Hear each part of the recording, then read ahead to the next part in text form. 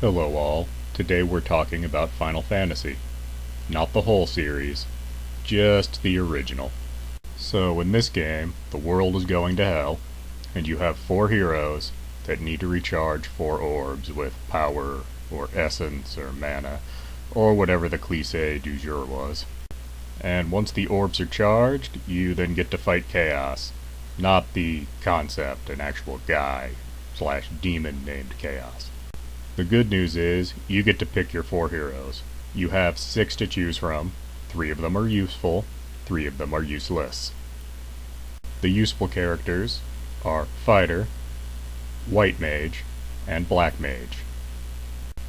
The useless characters are a Thief that can't steal, a Black Belt that will always die in 1 hit, and a Red Mage that just kinda half-asses white and black magic, so does neither well.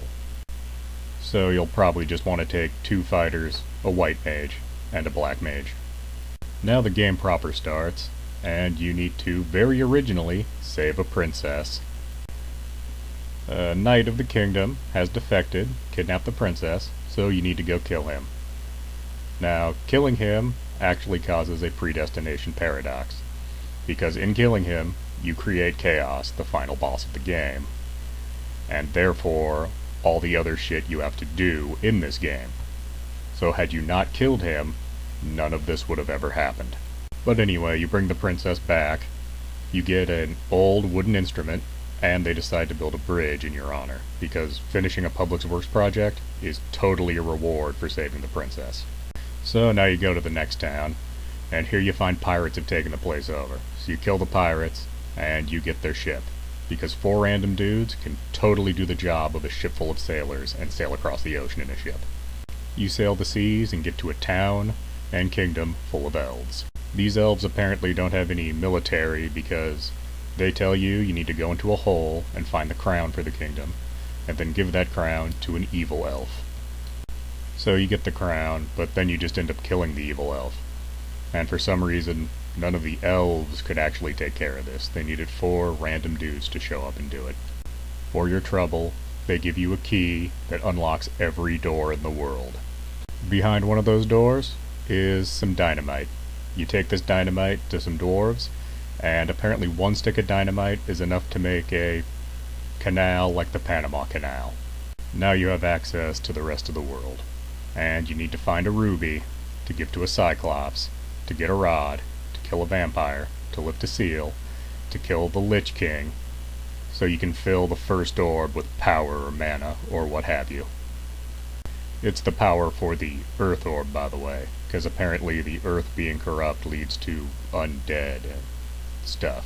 Next, we need to find a town by a lake to get a canoe so we can canoe inside a volcano. In the volcano, there is strangely ice-flavored gear. One would think it would melt, but it doesn't.